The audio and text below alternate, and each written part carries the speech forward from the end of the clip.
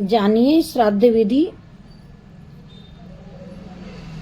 पितृपक्ष श्राद्ध का पुराणों में महत्व। प्राय लोग कहा करते हैं कि श्राद्ध करने से, पिंडदान करने से हमारे पितरों को भला कैसे गति प्राप्त होगी, कैसे कुछ प्राप्त होगा, हो सकता है क्या? यह जिज्ञासा स्वाभाविक भी है कि श्राद्ध में दी गई सामग्रियां पितरों को कैसे मिलती हैं, क्योंकि सनातन धर्म की मान्यता के अनुसार जीव अपने कर्मानुसार मृत्यु के बाद भिन्न भिन्न गति को प्राप्त होता है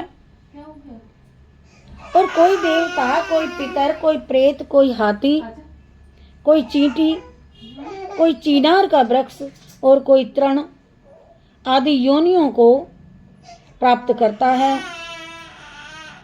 तो मन में एक भ्रांति उत्पन्न होती है कि श्राद्ध में दिए गए छोटे से पिंड से हाथी की योनि में उत्पन्न हुए हमारे पितर का पेट कैसे भरेगा।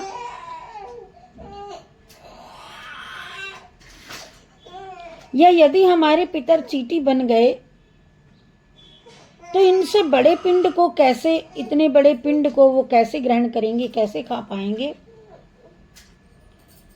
यदि देव योनि को प्राप्त हो गए हैं तो देवताओं को अमृत चाहिए, उन्हें पिंड से तृप्ति कैसे मिलेगी। इस प्रकार के अनेक प्रश्न मनुष्य के मन मस्तिष्क में घूमा करते हैं।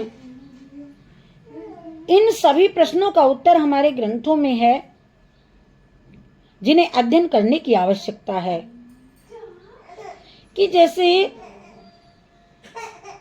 मार्कंडेय पुराण में नाम, गोत्र आदि के साथ किए गए संकल्प के सहारे विश्वदेवा एवं अग्निस्वात आदि दिव्य पितर हव्य काव्य को पितरों का प्राप्त करा देते हैं।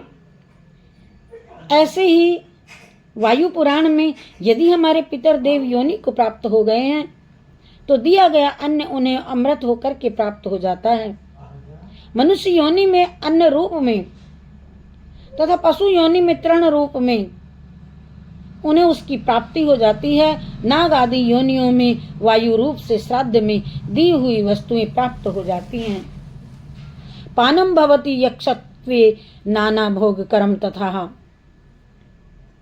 देवो यदि पिता जाता शुभ कर्मानुयोगता तस्यान्नमृतम भूत्वा देवेत्वे अनुगच्छति। जो जिस योनि में है उसको उसी रूप में उसकी प्राप्ति हो जाती है। और इसी तरह से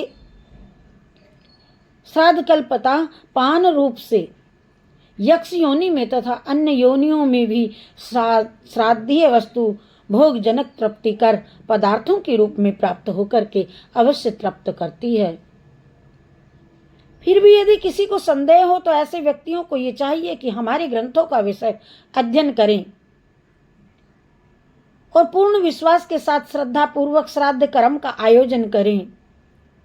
पितरों को हमारे द्वारा दिया गया श्राद्ध पिंडदान कैसे प्राप्त होता है ये बताते हुए आगे कहते हैं, वायु पुराण में ही यथा गोष्ठे प्रगष्टाम ते वत्सो विन्दते मातरम,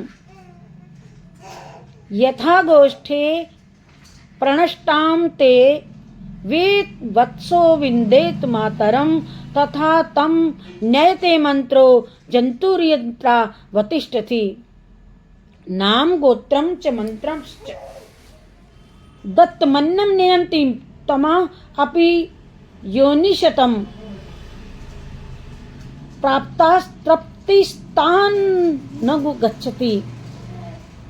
और भी देखिए वायु पुराण में आगे, जैसे गौशाला में भूली हुई माता गाय माता को बछड़ा किसी न किसी प्रकार से ढूंढ ही लेता है, उसी प्रकार मंत्र तद्दता वस्तु जात को प्राणी के पास किसी न किसी प्रकार पहुंचा ही देता है। नाम, गोत्र, हृदय की श्रद्धा एवं उचित संकल्प पूर्व दिए हुए पदार्थों को भक्ति पूर्वक उच्चारित मंत्र उन्हें के पास पहुंचा देता है। जीव चाहे सैकड़ों योनियों को भी पार क्यों न कर गया हो, तो उसके पास पहुंच ही जाती है। ऐसा विश्वास मन में करके प्रत्येक मनुष्य को श्रद्धा पूर्वक अपने पितरों के लिए श्राद्ध कर्म करना ही चाहिए, जिससे कि उनका परिवार सुखी और संपन्न बना रहे। अपने पितरों को तृप्त करने के लिए श्राद्ध कैसे किया जाए, ये विचार मन में उठता है। सनातन धर्म में श्राद्ध की 2 प्रक्रिया बताई गई हैं। सनातन धर्म में श्राद्ध की 2 प्रक्रिया बताई गई हैं। 2 प्रक्रिया बताई गई हैं। ये प्रक्रिया सुनने के योग्य हैं और इदमोदनम अर्थात इस भोजन को ब्राह्मणों में स्थापित मैं कर रहा हूँ। भोजन के लिए ब्राह्मण ही क्यों, इसकी पुष्टि करते हुए शास्त्र बताते हैं। ब्राह्मण के मुख से देवता हव्य और पितर कव्य को खाते हैं। पितरों के लिए लिखा है कि यह अपने कर्मवश अंतरिक्ष में वायवीय शरीर धारण करके रहते हैं। कूर्म पुराण में